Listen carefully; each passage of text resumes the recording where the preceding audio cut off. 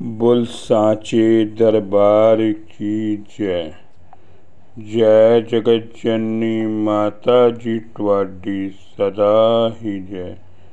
बोल मेरे दिल वाली सरकार की जय। सिया राम सिया राम सिया राम सिया राम। सात संगत जी, माँ के जन्मदिन के बारे में क्या लिखूं। शरद पूर्णिमा की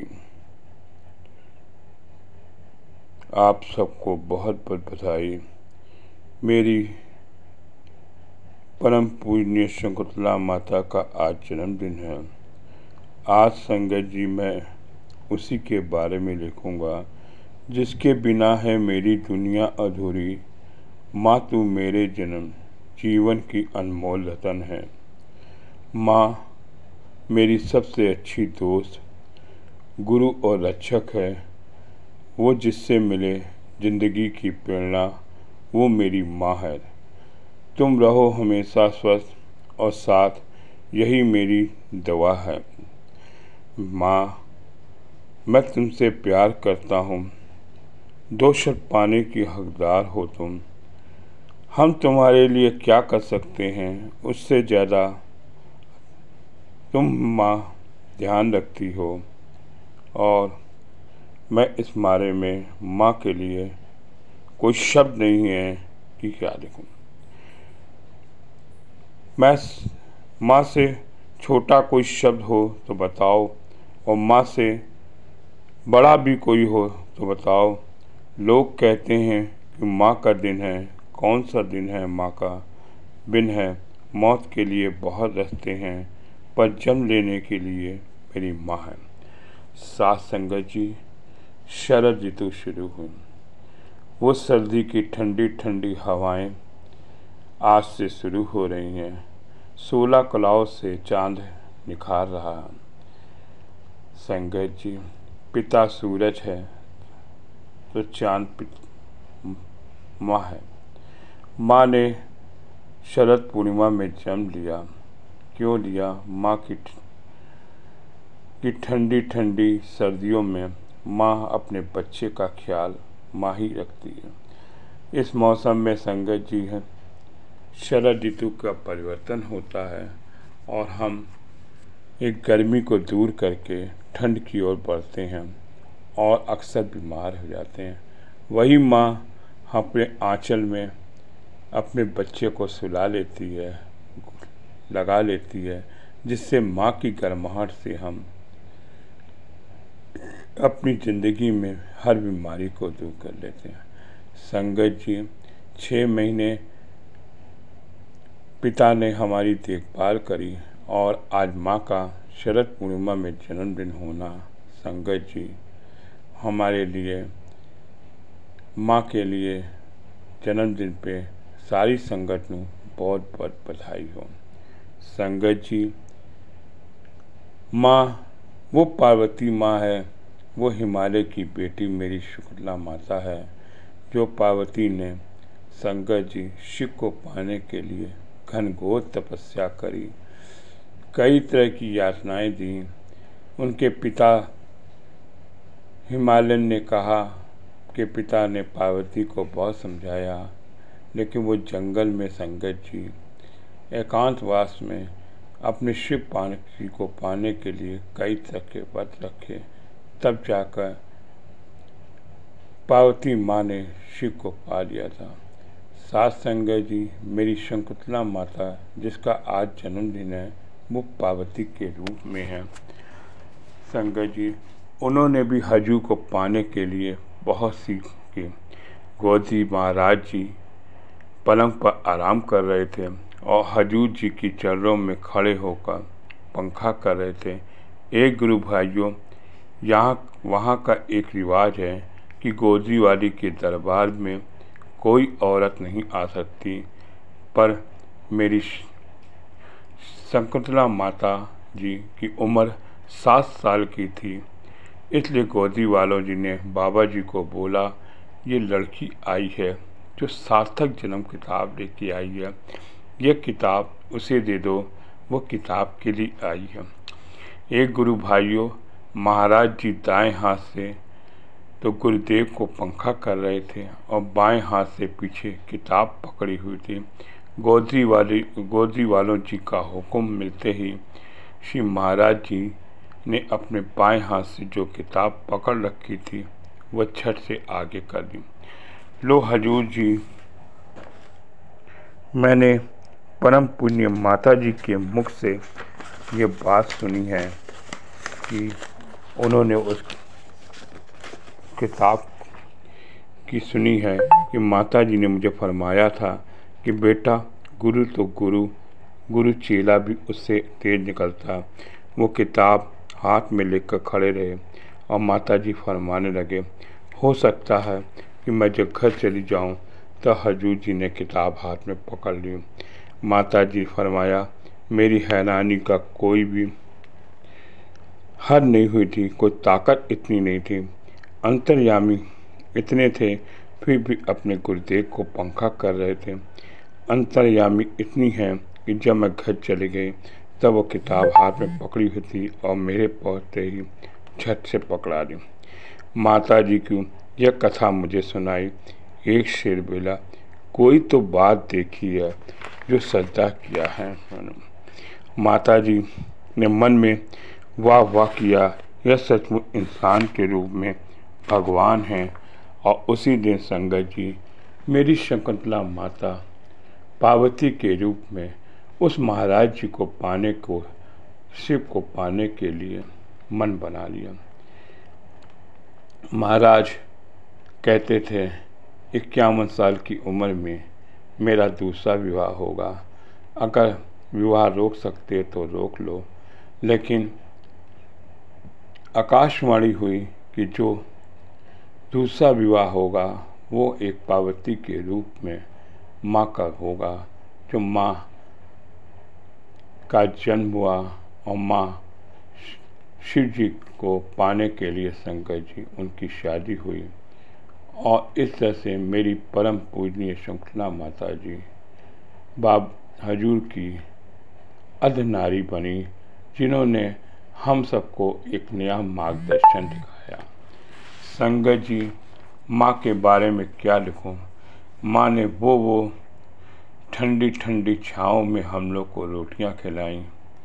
वो माँ ने ममता का प्यार दिया जिसे हम शब्दों में बयान नहीं कर सकते। संगत जी, मेरे हजूर जी उनको बहुत ही सम्मान देते थे। संगत जी, बहुत सी साखियाँ परम पूज्य माता जी के बारे में हैं। एक साखी माता जी के बारे में मैं आपको बताता हूँ। फैजाबाद की बात थी। स्त्री सत्संग हुआ करता था और मेरी परम पूज्य माता जी स्त्री सत्संग में वो सेविका के घर भी जाती थी। एक सेविका थी संगत जी, उसका घर बहुत बड़ा था। उन्होंने माता जी को बुलाया अपने घर पे चरण डालने के लिए और स्त्री सत्संग के लिए। परम पूज्य मेरी माँ उस बेटी के घर गई, देखा उसका घर बहुत बड़ा था, लॉन बहुत बड़ा था, लेकिन सब उजड़ा उजड़ा हुआ था। घर तो बड़ा था संगत जी, चारों तरफ हरियाली नहीं थी और वो पेड़ों पर सेवा नहीं करती थी। माँ ने चारों तरफ नज़र डाली और कुड़ी ने कहा कि बेटा, इस उजाड़ में हरियाली दिया करो, पानी दिया करो, हरा भरा हो जाए। उसकी जिस घर में वो गई थी उसकी कोख भरी नहीं थी। माँ ने कहा कि बेटा, चारों तरफ हरियाली में पानी देगी तो तेरी भी कोख भरेगी। ऐसे शब्द बोलकर मेरी माँ ने उसको आशीर्वाद दिया और वो घर उसने खूब सेवा करी, हरियाली करी, पेड़ पौधे को पानी देना शुरू कर दिया और रंग ले आई और उसके घर में कोख भर गए। माँ के बारे में संगत जी बहुत सी बातें हैं, क्या बताऊं। माँ ने जो हम लोगों को संगतों को प्यार दिया उसके कब शब्द मैं नहीं कर सकता। आज माँ का जन्मदिन है, माँ की बहुत याद आती है। माँ तेरे बर्थडे में क्या लिखूं। वो माँ जब किसी के घर जाती है तो कहती है, उस समय माँ किसी का नाम नहीं जानती थी तो लड़कों को मुन्ना कहती थी और बेटियों को मुन्नी कहती थी। कहती थी, मुन्नी तेरा घर बड़ा छोटा है, एक दिन तेरा घर बड़ा हो जाएगा। और उनके इस शब्द कहने से संगत जी, उनके आशीर्वाद से संगत जी, वो भी घर बहुत बड़ा हो जाता है। माँ ने सरस्वती भी है, माँ वैष्णो भी है। माँ ने हर जगह हमारी अरदासें करी हैं और माँ एक वकील के रूप में भी संगत जी रहीं। अपने पिताजी से जब हमें कुछ मांगना होता था, जज जब फैसला सुनाते थे, एक वकील की ज़रूरत पड़ती थी। वो एक वकील बनकर संगत जी जज के पास जाती थी और बच्चों की अरदासों को पूरी करती थी। माँ बड़ा प्यार करती थी संगत जी। कोई आता था, किसी की शादी है, किसी के कुछ है, बहुत सा सामान देकर विदा करती थी। माँ के थके थकाए जबलपुर में संगत जी पहुँचते थे। माँ का नूर चेहरा देखकर मानो ऐसा लगता था कि साल भर की थकान माँ ने दूर कर दिया।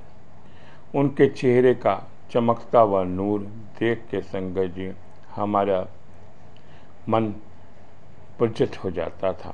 संगत जी परम पूज्य पिताजी के चोला छोड़ने के बाद जबलपुर दरबार को संगत जी बड़े प्रेम से मेरी माँ ने संभाला और हर प्रतिवर्ष हम लोग जबलपुर जाते थे पिता के जन्मदिन पे और माँ हम लोग का पूरा ख्याल रखती थी।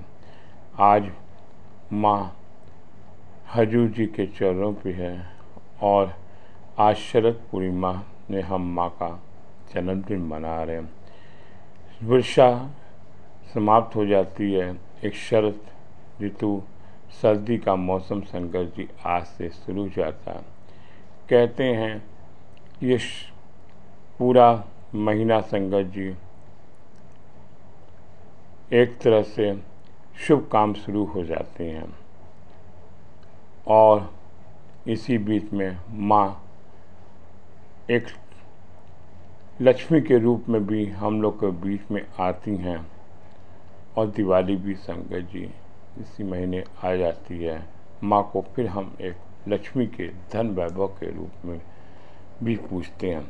मेरी माँ सभी रूपों में है और मेरे हजूर त्रिलोकीनाथ हैं, उनके साथ माँ खड़ी हैं और हम संगत जी को हमेशा आशीर्वाद और प्यार दे रही हैं।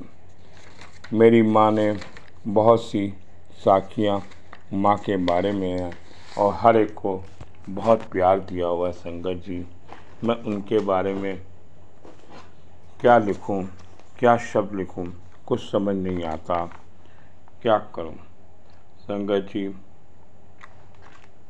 हर समय माँ की याद आती है और माँ ही है संगत जी जो हमें ठंडी ठंडी छाँव से बचाती है।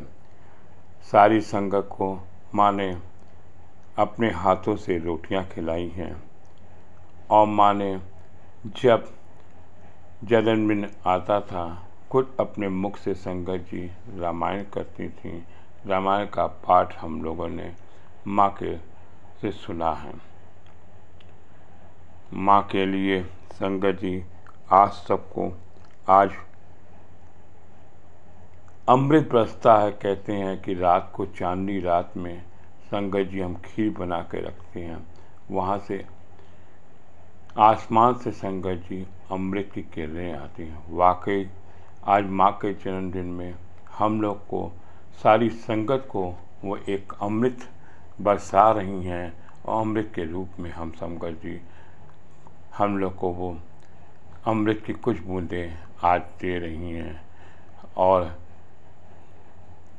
आज उनके जन्मदिन पे सारी संगत को बहुत बहुत बधाई हो, बहुत बहुत बधाई हो।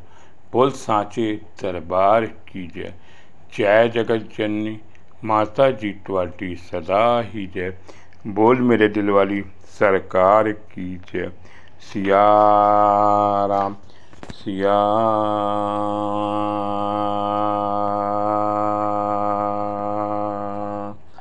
राम सिया